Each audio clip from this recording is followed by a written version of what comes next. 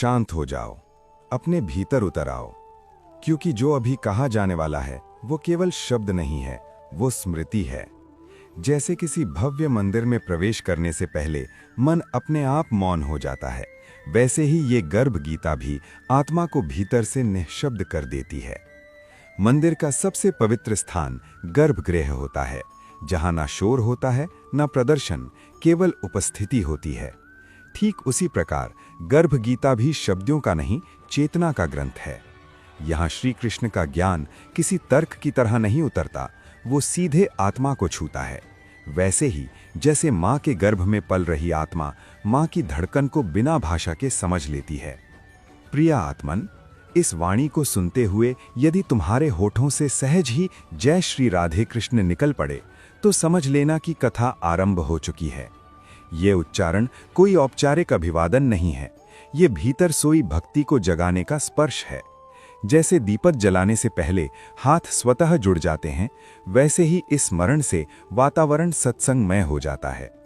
जहां ये कथा सुनी जाती है, वहां केवल कान नहीं बैठते, वहां गर्भस्थ शिशु भी सुनता है, वहां पूर्वज भी सुनते हैं, वहां स्वयं ईश्वर मौन होकर उपस्थित हो जाते हैं। श्री कृष्ण कहते हैं, जो आत्मा श्रद्धा के साथ गर्भ गीता का श्रवण करती है, वो केवल ज्ञान नहीं सुनती, वो अपने विस्मृत स्वरूप को स्मरण करने लगती है। ये श्रवण धीरे धीरे जन्म और मृत्यु के उस चक्र को शिथिल करने लगता है जिसमें आत्मा युगों से घूम रही है। जैसे किसी को अंधेरे में अचानक अपना ही नाम पुकारते सुनाई दे जाए, वैसे ही ये गीता आत्मा को भीतर से पुकारती है, तू देह नहीं है, तो यात्री है। और जब ये पुकार गर्भ में उतरती है, तब वो आत्मा जो जन्म लेने जा रही है, अपने साथ केवल देह नहीं, एक दिशा भी लेकर आती है। विशेषकर तब जब ये गीता गर्भवती माता के हृदय से होकर बहती है। माँ का उच्चारण, उसका भाव, उसकी श्रद्धा सब मिलकर भाग्य की लिपि लिखते हैं। गर्भ में पल रहा जीवन केवल माँ के रक्त से नहीं बनता, वो माँ की चेतना से आकार लेता है। जो माता गर्भकाल में इस ज्ञान को सुनती है, उसका मन शांत होता है और वही शांति शिशु की श्वासों में उतर जाती है। उसका स्वास्थ्य केवल औषधियों से नहीं बनता, वो संस्कारों से पुष्ट होता है। पर श्री कृष्ण सावधान भी करते हैं। वे कहते हैं, जब आत्मा मुझे भूलकर माया में लिप्त हो जाती है, तब उसका मन अशांत हो जाता है और अशांति ही रोग का बीज बन जाती है। माया आकर्षक है, मधुर है, परंतु बांध लेने वाली है। और जो मेरी भक्ति में लीन रहता है, उसका मन स्थिर रहता है, उसका चित्त निर्मल रहता है। तब श्री कृष्ण का वो शाश्वत वचन स्वयं भीतर गूंज उठता है, दैवी हेषा गुणमयी मम माया दुरत्यया मामेव ये प्रपद्यन्ते माया मेताम तरन्तिते। ये माया मेरी शक्ति है, इससे पार पाना कठिन है, पर जो मेरी शरण में आता है वही इसे पार कर जाता है। हे माता, जब तुम गर्भ में ये भक्ति बोती हो, तब तुम केवल एक शिशु नहीं गढ़ती, तुम माया के बंधन से मुक्त होने की संभावना को जन्म देती हो। तुम्हारा पाठ, तुम्हारा भाव, तुम्हारी शांति सब मिलकर गर्भ में पल रही आत्मा को ये संदेश देते हैं कि ये संसार भोग के लिए नहीं, बोध के लिए है। और यहीं से गर्भ गीता केवल कथा नहीं रहती, वो जीवन का प्रथम संस्कार बन जाती है। और जब ये बोध गर्भ में उतरता है, तब आत्मा अकेली नहीं रहती। श्री कृष्ण कहते हैं, इस मार्ग पर कोई भी आत्मा स्वयं चलकर परम सत्य तक नहीं पहुंच सकती। जैसे अंधकार में जन्मी आंख को प्रकाश की दिशा दिखाने के लिए किसी दीपक की आवश्यकता होती है, वैसे ही ईश्वर की अनुभूति के लिए गुरु का हाथ थामना अनिवार्य है। गुरु कोई साधारण व्यक्ति नहीं होता, वो चेतना है जो आत्मा की बंद आंखों को खोल देती है। गुरु के बिना शास्त्र भी मौन रह जाते हैं, मंत्र भी निर्जीव हो जाते हैं और भक्ति भी दिशाहीन हो जाती है। हे आत्मन, जब तू गर्भ में होता है, तब भी गुरु तुझसे दूर नहीं होता। वो कभी माँ की वाणी बनकर आता है, कभी संत की कथा बनकर, कभी किसी मंत्र की ध्वनि बनकर। गुरु वही है जो अज्ञान के घने अंधकार में ज्ञान का अंजन लगाकर आत्मा की दृष्टि खोल दे। तभी तो श्री कृष्ण ने नतमस्तक होकर कहा, अज्ञान तिमिरांधस्य ज्ञानांजन शलाकया चक्षुरुन्मिलितम येन तस्मै श्री गुरवे नमः। जो मेरे भीतर के अंधकार को चीर कर सत्य दिखा दे, वही मेरा गुरु है। गुरु के बिना ईश्वर दूर नहीं होता, ईश्वर अदृश्य हो जाता है। और जब गुरु कृपा करता है, तब ईश्वर स्वयं सरल होकर हृदय में उतर आता है।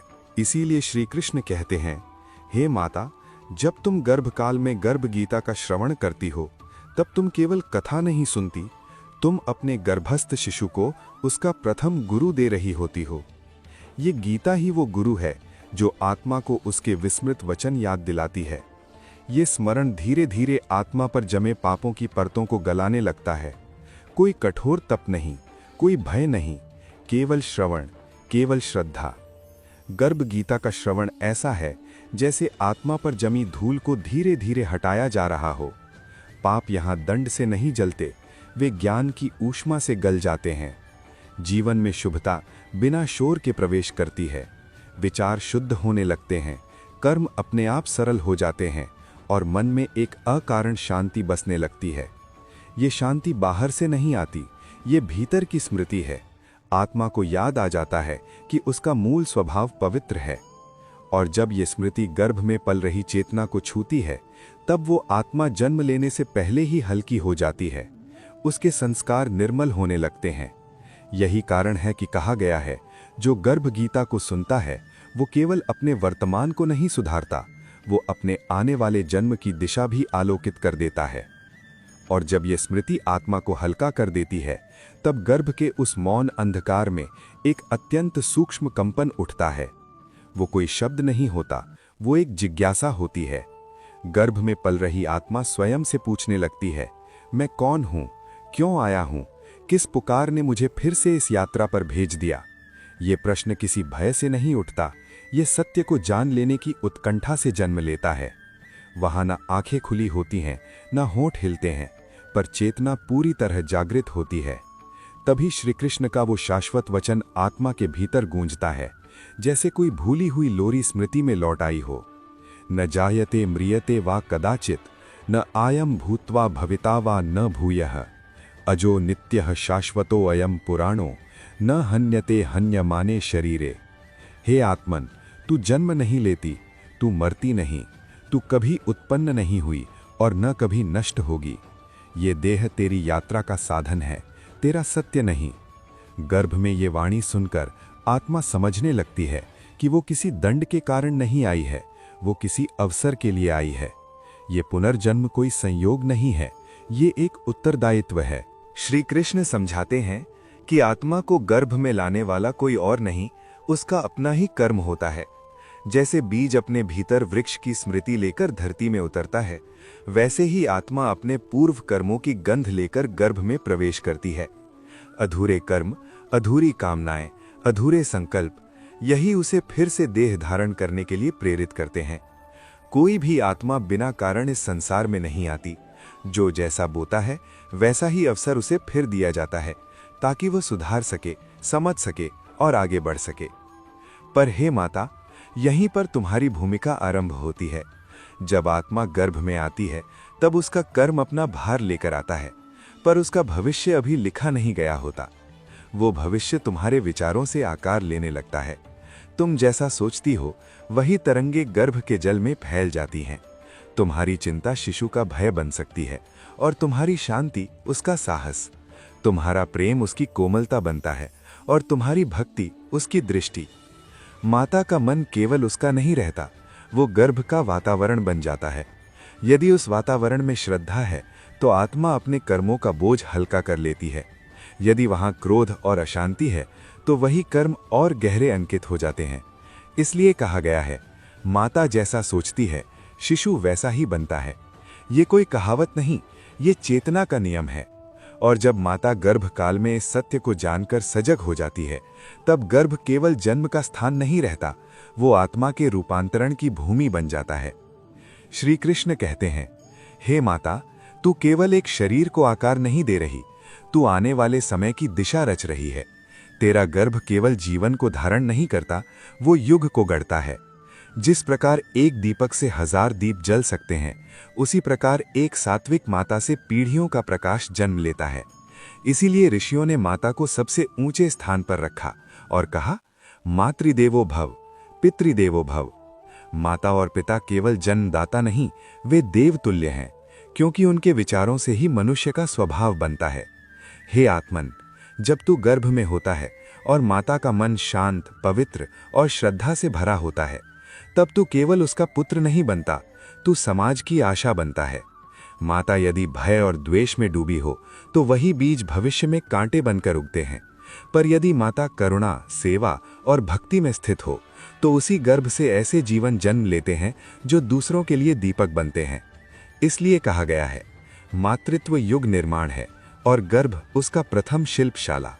और इसी युग निर्माण का पहला चरण होता है सेवा। श्री कृष्ण समझाते हैं कि संसार में जो कुछ भी दिया जाता है वो कभी व्यर्थ नहीं जाता। अन्न का दान शरीर को तृप्त करता है, ज्ञान का दान आत्मा को जागृत करता है और सेवा का दान दोनों को पवित्र कर देता है। जो अन्न देता है वो केवल भूख नहीं मिटाता, वो जीवन की रक्षा करता है। जो ज्ञान देता है वो केवल शब्द नहीं देता, वो दिशा देता है। और जो निस्वार्थ सेवा करता है वो स्वयं को ईश्वर के सबसे निकट ले आता है।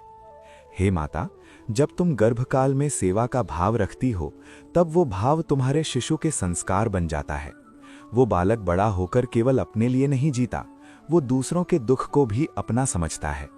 दान और सेवा का फल तुरंत दिखाई नहीं देता, पर वो गर्भ में बीज की तरह सुरक्षित रहता है और समय आने पर समाज में वृक्ष बनकर फल देता है।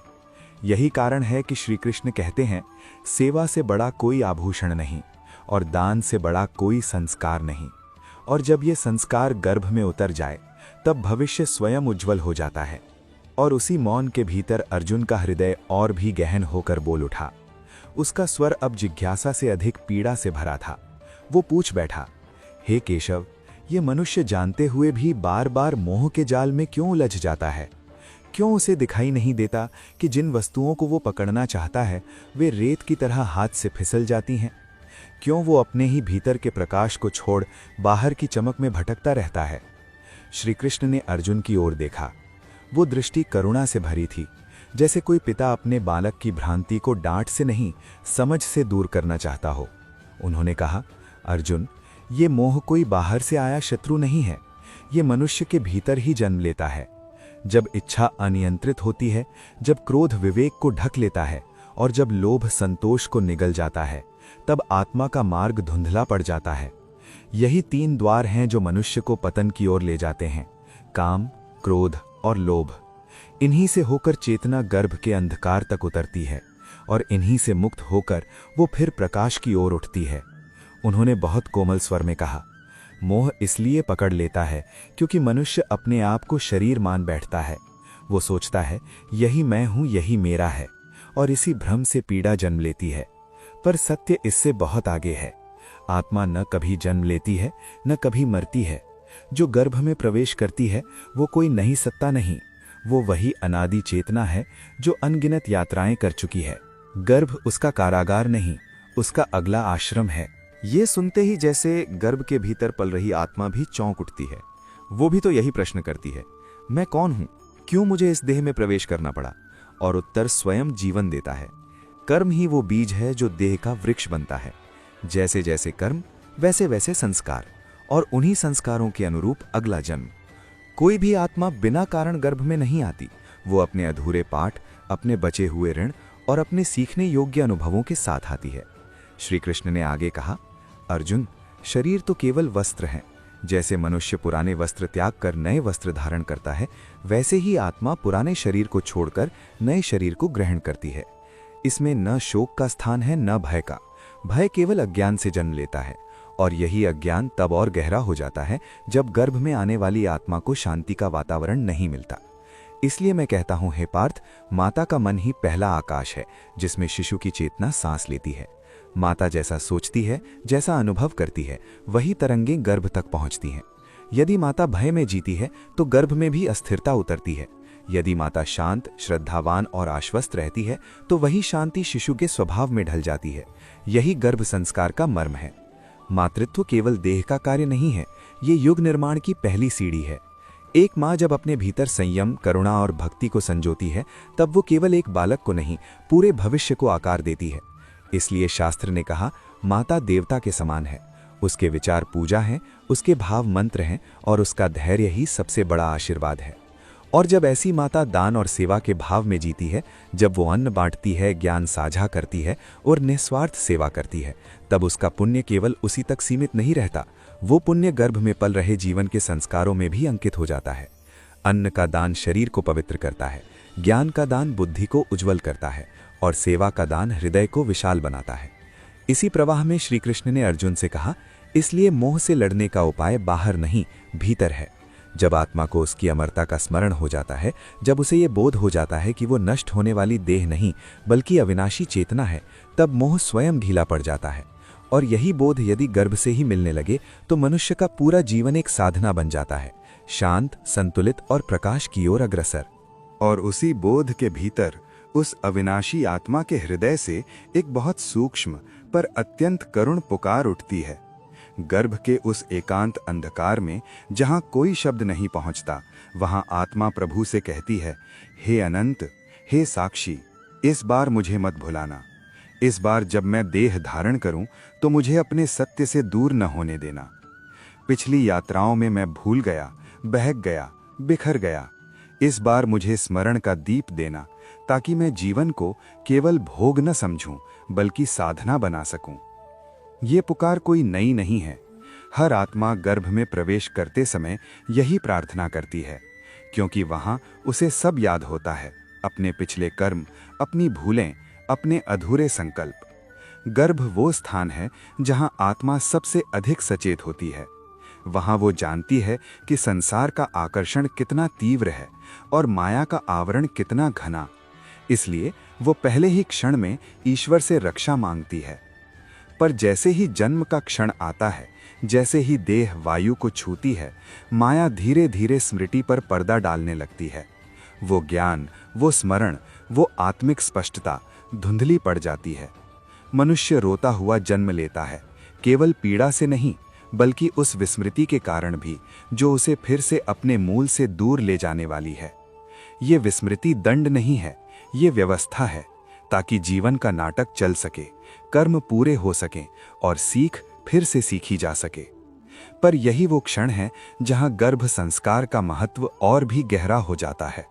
यदि गर्भ में रहते हुए आत्मा को भक्ति, शांति और शास्त्र की ध्वनि मिली हो तो विस्मृति पूर्ण नहीं होती। वो कहीं भीतर बहुत गहरे एक स्मरण का बीज बचा रहता है। वही बीज आगे चलकर किसी प्रश्न में जागता है, किसी पीड़ा में करवट लेता है और किसी संत के वचन से अंकुरित हो उठता है। इसलिए शास्त्र कहते हैं, गर्भ कोई साधारण स्थान नहीं, वो एक दिव्य यज्ञ है। उस यज्ञ में अग्नि नहीं जलती, भावनाएं जलती हैं, मंत्र उच्चरित नहीं होते, मनः स्थिति बोली जाती है।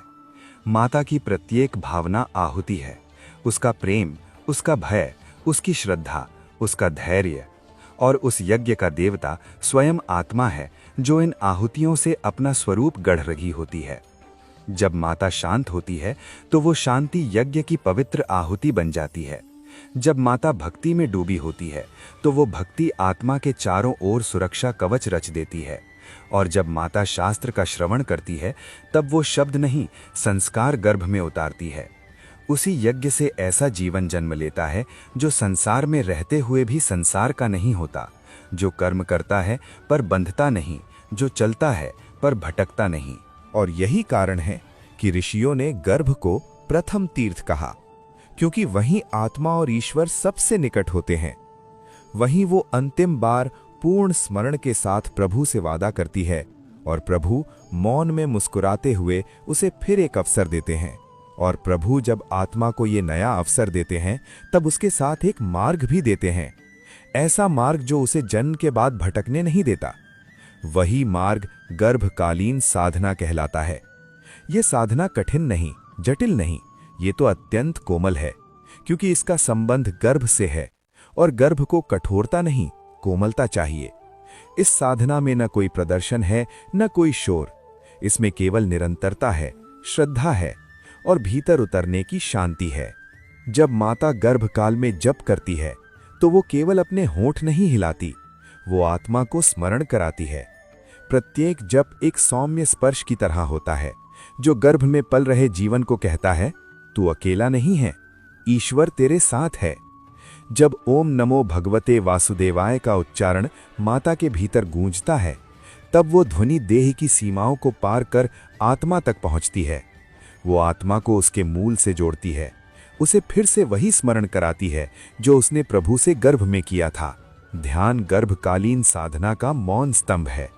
जब माता आंखें बंद कर श्वास को शांत करती है, तब उसका मन स्थिर होता है और वही स्थिरता शिशु का पहला संस्कार बनती है। ऐसा शिशु आगे चलकर संकट में भी डगमगाता नहीं, क्योंकि उसने स्थिरता गर्भ में ही सीख ली होती है। ध्यान के क्षणों में माता यदि अपने शिशु से प्रेम पूर्वक बात करे, तो वो संवाद शब्दों का नहीं, तरंगों का होता है, और आत्मा तरंगों की भाषा भली भांति समझती है। और फिर आता है सात्विक आहार, जो केवल भोजन नहीं, भावना भी है। जो अन्न भय, क्रोध या अशांति में पकाया गया हो, वो शरीर को तो भर सकता है, पर मन को बोझिल करता है। पर जो अन्न कृतज्ञता, प्रार्थना और शांति के साथ ग्रहण किया जाए, वो गर्भ में अमृत बनकर उतरता है। ऐसा आहार आत्मा को स्थिर करता है, इच्छाओं को संतुलित करता है और जीवन में संयम का बीज बो देता है। पर इस संपूर्ण साधना का आधार एक ही है, गुरु, क्योंकि बिना गुरु के साधना दिशाहीन हो जाती है। गुरु वो नहीं जो केवल ज्ञान दे, गुरु वो है जो चेतना जगा दे। शास्त्र इसलिए कहते हैं कि गुरु ब्रह्मा है, क्योंकि वही सृजन का बोध कराते हैं।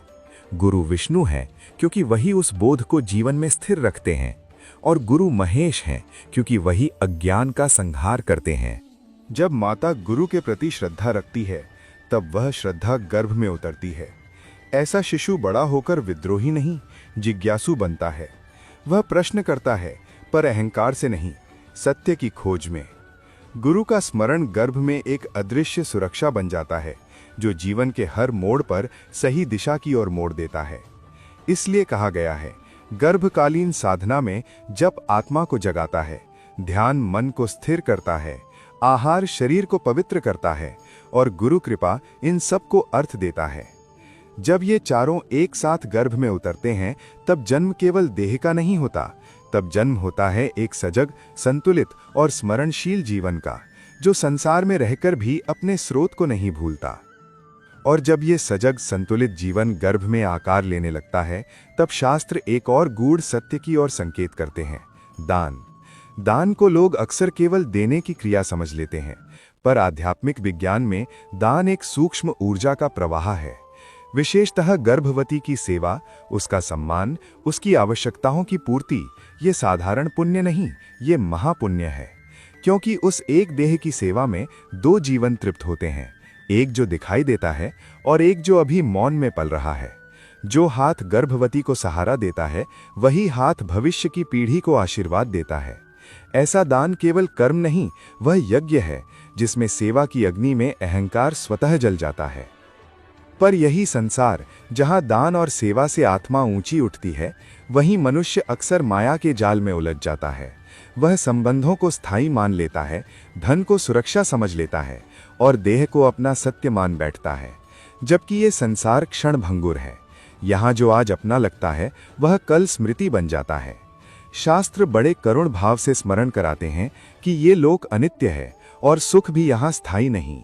इसीलिए श्री कृष्ण कहते हैं, अनित्यम असुखम लोकम। ये कथन निराशा नहीं देता, ये जागरण देता है। ये मनुष्य को ये समझाता है कि जो नश्वर है उस पर आश्रय मत बना, जो शाश्वत है उसकी शरण ले। गर्भ में पल रही आत्मा इस सत्य को भली भांति जानती है।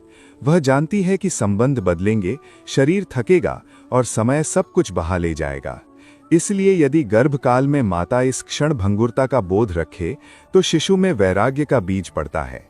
ऐसा वैराग्य जो जीवन से पलायन नहीं करता, बल्कि जीवन को सही स्थान पर रखता है। ऐसा व्यक्ति प्रेम करता है पर बंधता नहीं, कमाता है पर खोने से डलता नहीं, जीता है पर भूलता नहीं कि ये यात्रा अस्थायी है। और जब ये बोध गहरा हो जाता है, तब साधना अपने चरम की ओर बढ़ती है, भक्ति की ओर। भक्ति कोई विधि नहीं, कोई नियम नहीं, वो तो हृदय की अवस्था है। जब प्रेम में अपेक्षा नहीं रहती, जब स्मरण में थकान नहीं होती और जब ईश्वर के नाम में विश्राम मिलता है, वही भक्ति है। यही भक्ति मोक्ष का द्वार है, क्योंकि वहां आत्मा और परमात्मा के बीच दूरी नहीं रहती। गर्भकाल में यदि माता भक्ति में स्थित हो, तो वो भक्ति शिशु के स्वभाव में उतर जाती है। ऐसा शिशु बड़ा होकर ईश्वर को भय से नहीं, प्रेम से पुकारता है। उसके लिए प्रार्थना मांग नहीं, संवाद बन जाती है। भक्ति उसे संसार से काटती नहीं, बल्कि संसार में रहते हुए भी भीतर से मुक्त रखती है। इस प्रकार दान से हृदय शुद्ध होता है, क्षण भंगुरता के बोध से अहंकार ढीला पड़ता है और भक्ति से आत्मा अपने मूल में लौटने लगती है।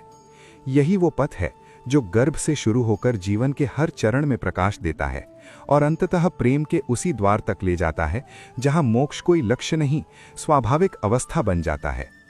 और जब प्रेम के उसी द्वार से आत्मा भीतर प्रवेश करती है, तब उसे जीवन का एक और गूढ़ अर्थ दिखाई देने लगता है, सेवा। सेवा केवल किसी और के लिए किया गया कर्म नहीं, वो स्वयं को पूर्ण करने की प्रक्रिया है। जो जीवन केवल अपने लिए जिया जाता है, वो भीतर कहीं अधूरा रह जाता है। उसमें सुख तो होता है, पर तृप्ति नहीं होती, क्योंकि आत्मा का स्वभाव विस्तार है और विस्तार सेवा के बिना संभव नहीं। जब मनुष्य दूसरों के लिए जीता है, तब उसका जीवन केवल उसकी देह तक सीमित नहीं रहता, वो अनेक हृदयों में बहने लगता है। ये सत्य गर्भ में ही आत्मा को स्पर्श करता है। यदि माता गर्भकाल में सेवा का भाव रखे, चाहे वो परिवार की हो, समाज की हो या मौन में किसी के लिए की गई प्रार्थना ही क्यों ना हो, तो वो भाव शिशु के जीवन दर्शन का आधार बन जाता है। ऐसा बालक बड़ा होकर ये नहीं पूछता कि मुझे क्या मिलेगा, वो पूछता है कि मैं क्या दे सकता हूँ, और यही प्रश्न जीवन को अर्थ देता है। इसी सेवा के प्रवाह में शास्त्र पितृ ऋण की बात करते हैं। हम जिस देह, जिस संस्कार और जिस परंपरा के साथ जन्म लेते हैं, वो केवल माता पिता की देन नहीं होती, वो अनगिनत पूर्वजों की तपस्या और प्रार्थनाओं का फल होती है। पितर केवल स्मृति नहीं, वे चेतना की धारा है जो पीढ़ी दर पीढ़ी बहती है।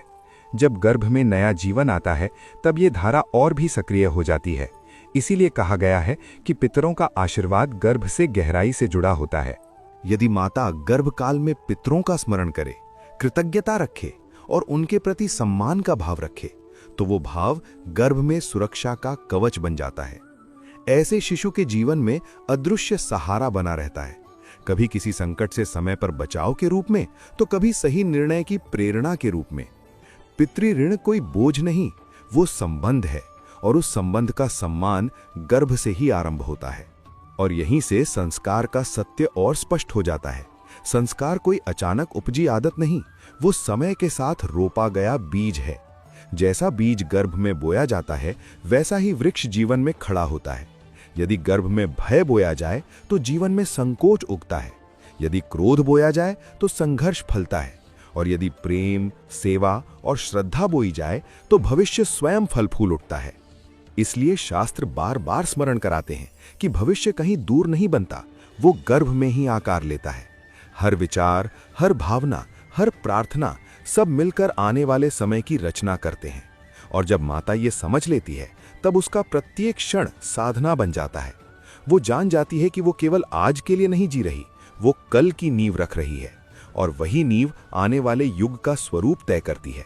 और जब माता इस सत्य को हृदय में धारण कर लेती है कि वही नींव रख रही है, तब उसके भीतर एक सहज साधना स्वतः प्रवाहित होने लगती है, नाम जप की साधना। नाम जप कोई बोझिल अभ्यास नहीं, वो तो श्वास की तरह स्वाभाविक हो जाता है। जब माता चलते चलते, बैठते बैठते या मौन में भी प्रभु का नाम स्मरण करती है, तब वो नाम गर्भ में आत्मबल भर देता है। मंत्र शब्द नहीं रहता, वो ऊर्जा बन जाता है। वो ऊर्जा शिशु के भीतर साहस, स्थिरता और आंतरिक विश्वास का बीज बो देती है।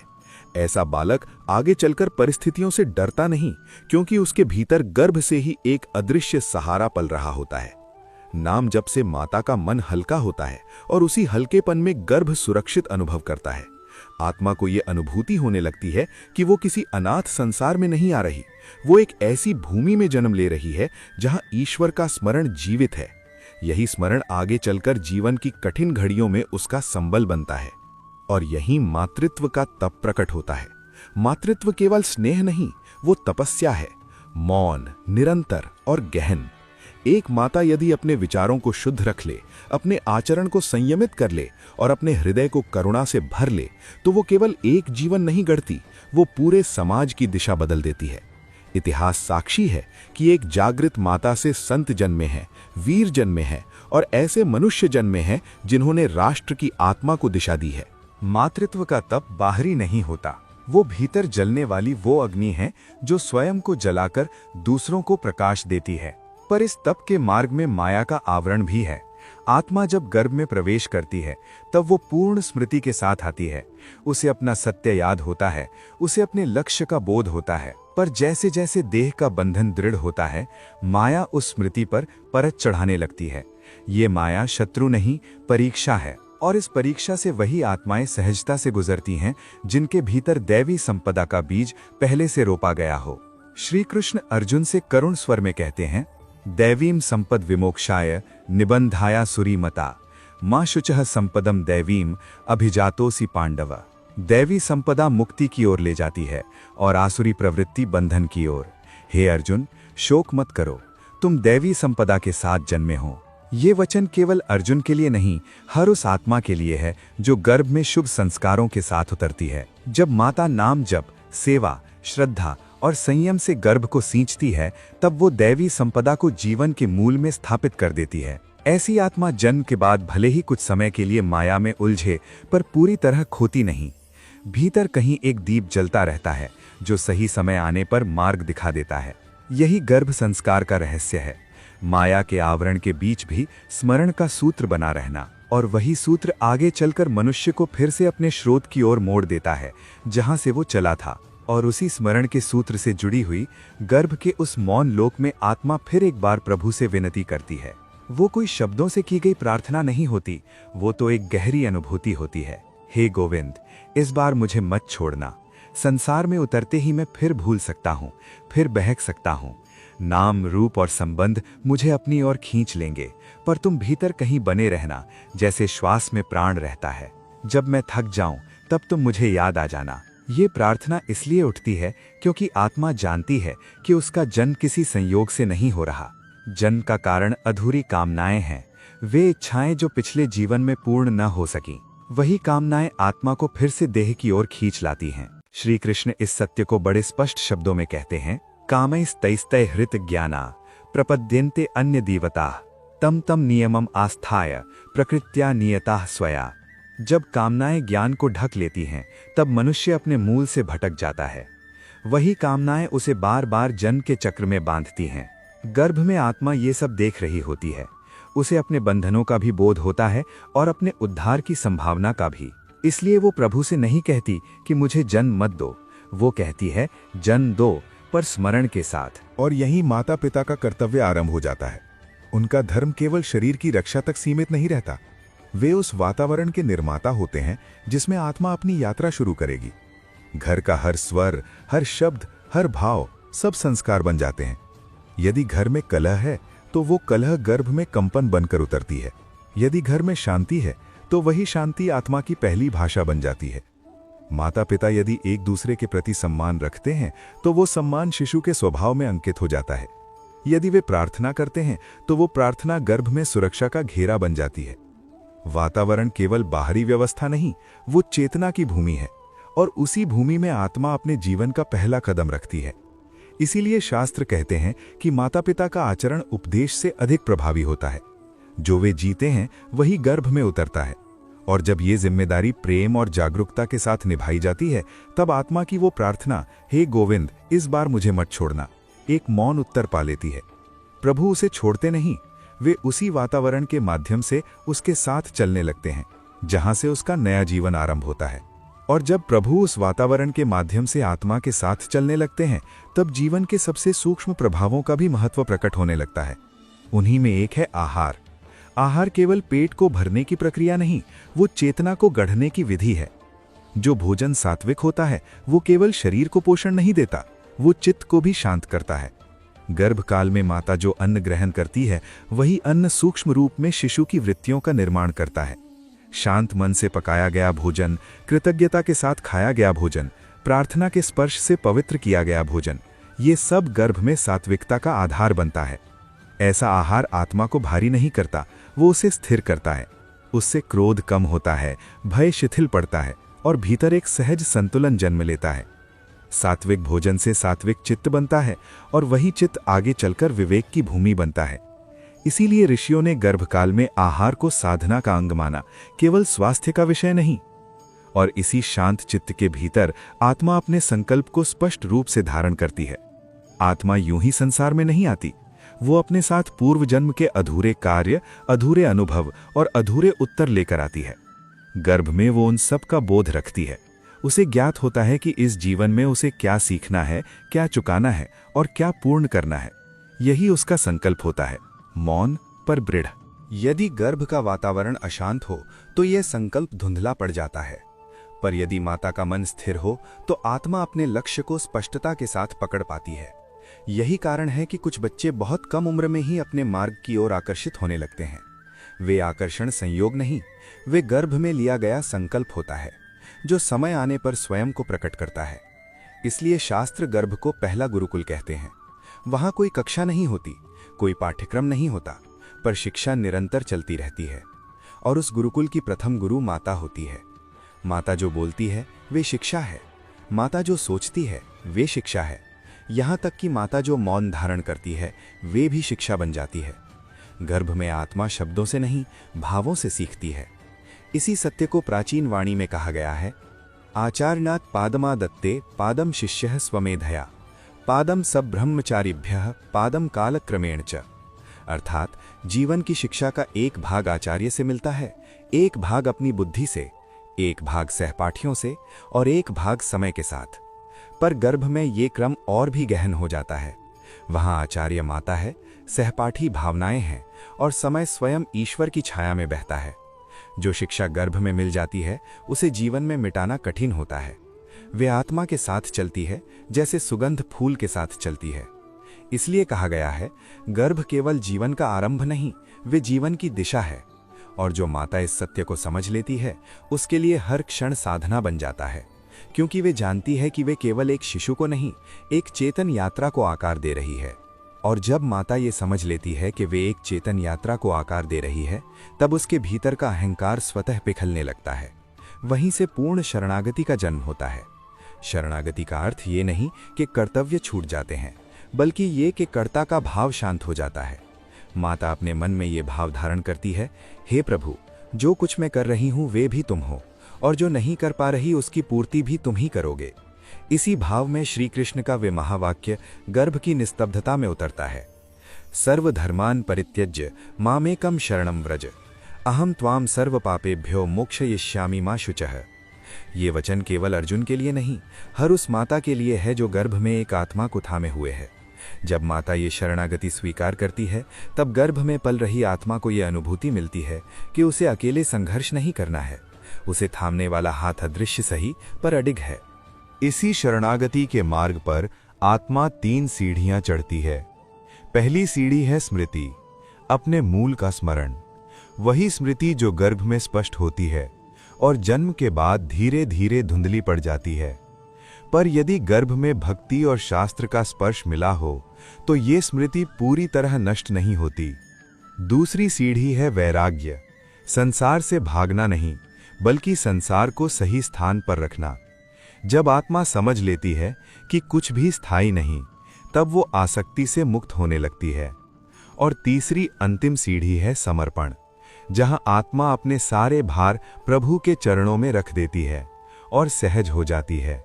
ये तीनों सीढ़ियां किसी क्रमिक साधना की तरह नहीं चढ़ी जाती, वे जीवन के अनुभवों से स्वयं आकार लेती हैं। गर्भ में डाले गए संस्कार इन्हें सरल बना देते हैं। इसीलिए जो आत्मा गर्भ में शरणागति का स्पर्श पाती है, वो जीवन की कठिनाइयों में भी टूटती नहीं, क्योंकि उसे भीतर से एक मौन सहारा मिलता रहता है। और जब ये अनुभव गहराता है, तब गर्भ गीता केवल व्यक्तिगत साधना नहीं रहती, वो एक दायित्व बन जाती है। गुरुजन, संतजन और कथावाचक इस दायित्व को उठाते हैं। वे केवल कथा नहीं कहते, वे ईश्वर के दूत बन जाते हैं। उनके मुख से निकला हर शब्द किसी गर्भ में दीप जला सकता है, किसी माँ को संबल दे सकता है और किसी आत्मा को उसकी दिशा याद दिला सकता है। गर्भ गीता का प्रचार शोर से नहीं होता, वो करुणा से होता है। वो भय से नहीं, प्रेम से होता है। गुरुजन जहां भी ये वाणी पहुंचाते हैं, वहां केवल ज्ञान नहीं फैलता, वहां शांति का विस्तार होता है। और उसी शांति में अनेक आत्माएं अपने भीतर छिपे स्मरण को पहचानने लगती हैं और प्रभु की शरण में सहज भाव से टिक जाती हैं। और उसी शांति के विस्तार में आत्मा को अपने अंतिम सत्य की झलक मिलने लगती है। मृत्यु, जिसे संसार भय का नाम देता है, वो वास्तव में एक द्वार मात्र है। जब जीवन गीता के भाव में ढला हो, जब गर्भ से ही स्मरण का बीज रोपा गया हो, तब मृत्यु अंधकार नहीं बनती। शास्त्र कहते हैं कि जो गीता के तत्व को धारण करता है, जिसकी चेतना भक्ति और शरणागति में स्थित होती है, उसे यमलोक का भय नहीं रहता। उसकी गति यम के दंड से नहीं, प्रभु की करुणा से निर्धारित होती है, क्योंकि जहां स्मरण है वहां भय टिक नहीं सकता। ऐसी आत्मा जब जीवन के अंतिम दिनों की ओर बढ़ती है, तब उसके भीतर कोई हाहाकार नहीं उठता। उसके होंठों पर एक ही मौन प्रार्थना रहती है, मेरा हर श्वास तेरा नाम जपे। ये प्रार्थना मृत्यु को टालने की नहीं होती, ये स्मरण को बनाए रखने की होती है। वो चाहती है कि देह जाए तो जाए, पर चेतना प्रभु से जुड़ी रहे। अंतिम क्षणों में यही प्रार्थना आत्मा को हल्का कर देती है, जैसे पक्षी अपने पंख फैलाकर आकाश में सहज हो जाता है। और उसी क्षण प्रभु का उत्तर उतरता है, करुण, आश्वस्त और अडिग। वो कहते हैं, तुझे जन्म नहीं, सेवा का अवसर देता हूं। ये वाक्य मृत्यु का अंत नहीं, सेवा की निरंतरता का संकेत है। जो आत्मा भक्ति में स्थित रही, उसके लिए मुक्ति कोई विश्राम नहीं, वो अगली सेवा का द्वार बन जाती है। कभी वो देह में लौटकर सेवा करती है, कभी सूक्ष्म लोक में रहकर, पर उसका अस्तित्व व्यर्थ नहीं जाता। यही वो क्षण है जहां स्मृति का दीपक सबसे अधिक महत्वपूर्ण हो जाता है। यदि जन्म के बाद भी चेतना बनी रहे, यदि भीतर कहीं ये स्मरण जलता रहे कि मैं केवल देह नहीं हूं, मैं यात्रा हूं, तो जीवन की हर अवस्था अर्थपूर्ण बन जाती है। गर्भ में जला हुआ ये दीपक जन्म के झटकों से बुझता नहीं, वो केवल मंद हो सकता है। और जब भी जीवन में अंधकार घिरता है, वही दीपक फिर से प्रकाश दे देता है। इस प्रकार गर्भ से लेकर मृत्यु तक और मृत्यु से आगे भी ये स्मरण साथ चलता है। यही गर्भ गीता की पूर्णता है। ये केवल कथा नहीं, ये चेतना की यात्रा है, जहां आरंभ भी प्रभु हैं और अंत भी प्रभु। और जो इस यात्रा को समझ लेता है, उसके लिए जीवन भय नहीं रहता, वो प्रेम बन जाता है। और मृत्यु समाप्ति नहीं रहती, वो अगली सेवा का मंगल द्वार बन जाती है। और इसी दिव्यता के प्रवाह में गर्भ गीता का अंतिम रहस्य प्रकट होता है। जीवन में हर आत्मा के लिए 3 मार्गदर्शक निर्धारित हैं, माता, गुरु और अंतरात्मा। माता वो प्रथम गुरु है, जिसके हृदय की धड़कन और वाणी में ही शिशु को जीवन के मूल संस्कार मिलते हैं। गर्भ में मां के स्मरण से बच्चे के भीतर स्थिरता, प्रेम और भक्ति का बीज अंकित होता है। गुरु वो दीपक है जो जन्म के बाद अंधकार में मार्ग दिखाता है। उसकी शिक्षा और आज्ञा आत्मा को वास्तविकता से जोड़ती है और जीवन के भ्रमों से मुक्त करती है। और अंततः अंतरात्मा, जो स्वयं श्री कृष्ण का अंश है, वो शाश्वत मार्गदर्शक है, जो हर परिस्थिति में चेतना को सही दिशा दिखाता है। इस मार्गदर्शन के बीच जब आत्मा गर्भ में प्रश्न करती है, मैं कौन हूं, तो उसे समझ आता है कि उसका अस्तित्व केवल देह तक सीमित नहीं। शास्त्र कहते हैं, अहम ब्रह्मास्मि, मैं ब्रह्म हूं, अनादि और अनंत। ये ज्ञान गर्भस्थ अवस्था में ही आत्मा के भीतर स्थायी प्रकाश बन जाता है, और जन्म के पश्चात भी ये प्रकाश मंद नहीं होता। श्री कृष्ण का अंतिम उपदेश गर्भ गीता का सार है। यदि इस जीवन में नाम, भक्ति और ज्ञान संजोया जाए, तो जीवन धन्य होता है। गर्भ में पिता माता के सहयोग, गुरु की शिक्षा और आत्मा के स्मरण से जो संस्कार अंकित होते हैं, वे जन्म के बाद भी मार्गदर्शक बनते हैं। ये केवल शरीर का निर्माण नहीं, ये दिव्य चेतना का संचार है, जो भविष्य को भी उज्जवल बनाता है।